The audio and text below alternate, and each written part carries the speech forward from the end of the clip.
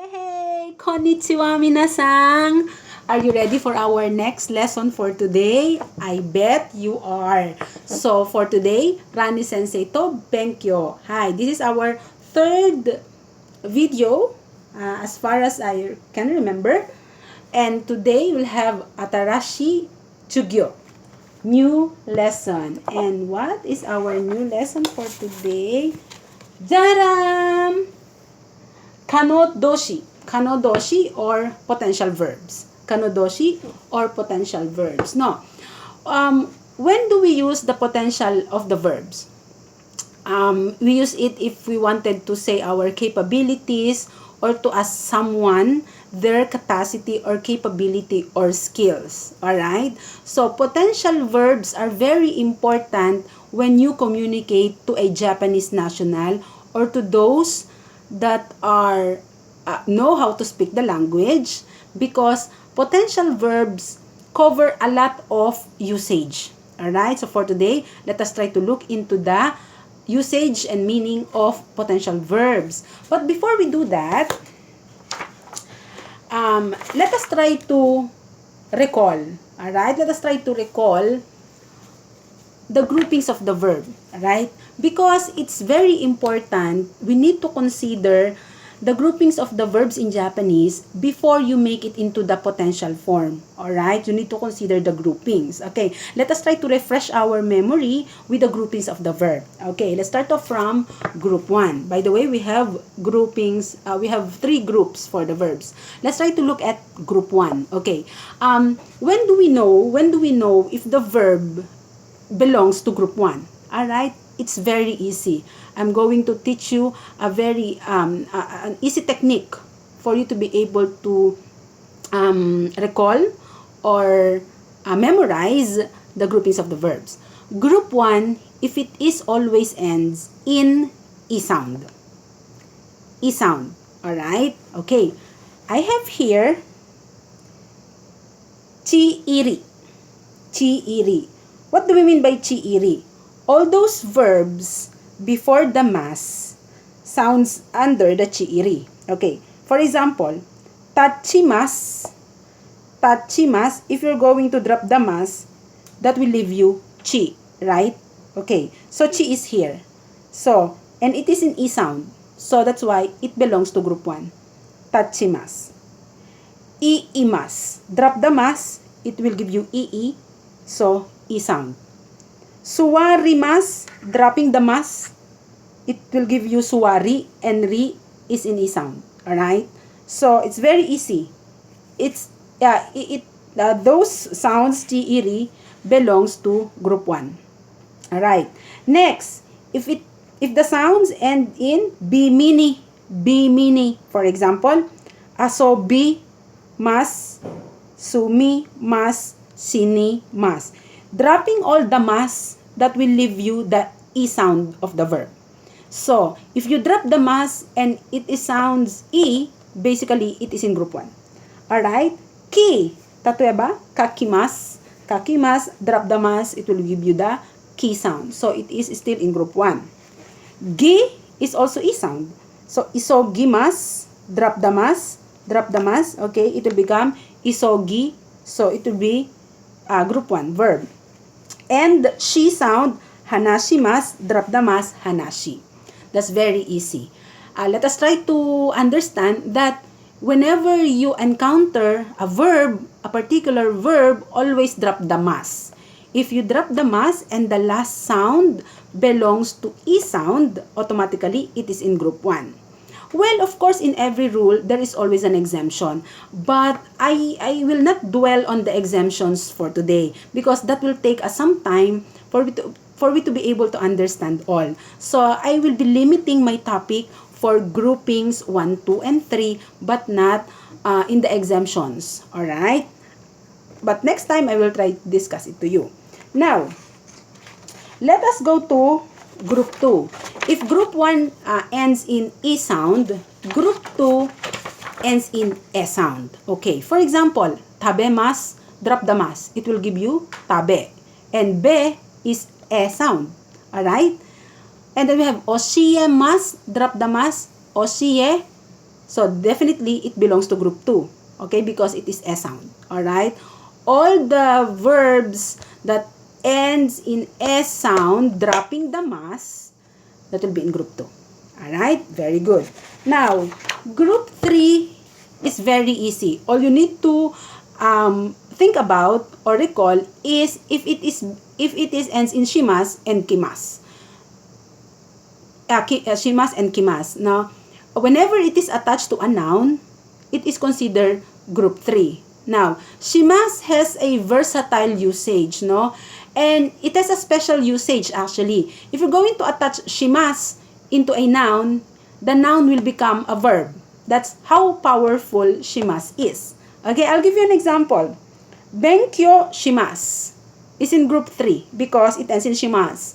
Now, if I will not put shimas here, benkyo is a noun. It's not yet a verb. It's not yet a verb. So it's still a noun. So if you put shimas, benkyo shimas, it will become a verb. And since it is a compound words, it belongs to group 3. Okay? We also have sentaku shimas. To laundry, to do the laundry, no? Sentaku shimas. Sentaku is laundry. It's a noun. If you put shimas, it will become a verb. Alright? So compound. And then shimas, to do, and kimas is to come. So if you encounter a verbs that ends in shimas and ends in kimas, automatically those verbs belong to group 3. Now, we covered the 3 rules, the rules in grouping the verbs. Okay, all you need to do is to master the groupings because you need to consider the groupings before you make any conjugations of the verb in Japanese. Now, if you're a Japanese student, you know that. You know what I mean. Alright? So, let's review again. So, group 1 ends in E sound, group 2 ends in S sound, and group 3 ends in shimas and kimas. Of course, there's an exemptions, but I will not be dealing with the exemptions today. Alright, now, let's have example. Okay, now, for group 1, I have here aimas, kakimas, tachimas, and tobimas. If I'm going to drop the mas, okay, all ends in what? In E sound. Okay. How to make it in potential form? Okay. How can I make, I must meet a can-do verb? Okay. Charam, it will become aemas, aemas. Okay. What happened? We change E to E sound. So, if this is aimas, this will become aemas, aemas.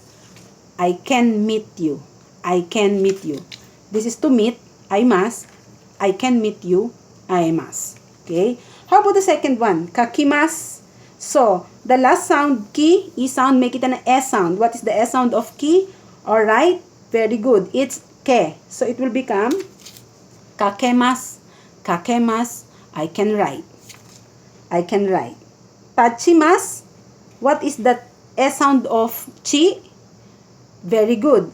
Te. So, it will become tatemas. Tatemas. I can build. And tobimas. Tobimas. Tobimas.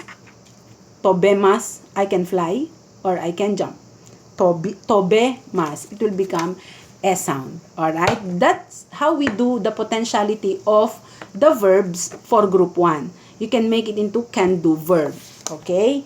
Very good. Now, let's put it in sentences for us to be able to understand really the usage of that in sentences. For instance, I want to say I can speak a little Japanese. I can speak a little Japanese. Watashi wa Nihongo ga sukoshi hanasemasu. Hanasemasu. From the verb hanashimasu, because hanashimasu is group 1, so it becomes hanasemasu. I can speak a little Japanese. I can use computer. Computer ga tsukaemasu. Tsukaemasu. From tsukaimasu, it becomes tsukaemasu because it's already a can-do verb. And sambang, I can read kanji. Kanji ga yomemasu because yomimasu is to read. So this will become I can read. Alright? Now, let's take a look at Group 2. How do we make group 2 into the potential form? Okay. Tabemas, oshiemas, and what is this one? Oboemas. Group 2. Group 2 because it all ends in S sound. Okay. Hi. So, tabemas, can eat will become tabe raremas. Tabe raremas. Alright, you heard me right. Drop the mas. Drop the mas. Okay, you have here tabe, and then put raremas. Tabe raremas. I can eat. For example, I can eat balut. Balut ga tabe raremas. Balut ga tabe raremas. Okay? Next, oshiemas. It will become oshie raremas. I can teach. Oshie raremas. And oboemas, that will become oboe raremas. Oboe raremas. Okay. Raremas. Tabe raremas. Oboe raremas. Ito oshie raremas. It becomes potential. Alright. And then, let's go to group 3. What is the potential form of shimas? Dekimas. Dekimas. Yes, you heard me right. And kimas is koraremas. Koraremas. So when you say shimas, dekimas, it will come, I can do. If you say kimas, koraremas, I can come. Alright, so that is for group 3. I prepared here some question for you to answer. Tatoeba, Ryoriga dekimasu ka? Can you cook? Can you cook? Ryoriga dekimasu ka? Hai dekimasu. If it is positive, iye dekimasen. If it is negative. Dansu ga dekimasu ka? Can you dance? Dansu ga dekimasu ka? Hai dekimasu. Iye dekimasen. If it is negative. Chugoku go ga dekimasu ka? Can you speak Chinese? Chugoku go ga dekimasu ka? Hai dekimasu. Iye dekimasen. Alright? We covered a little bit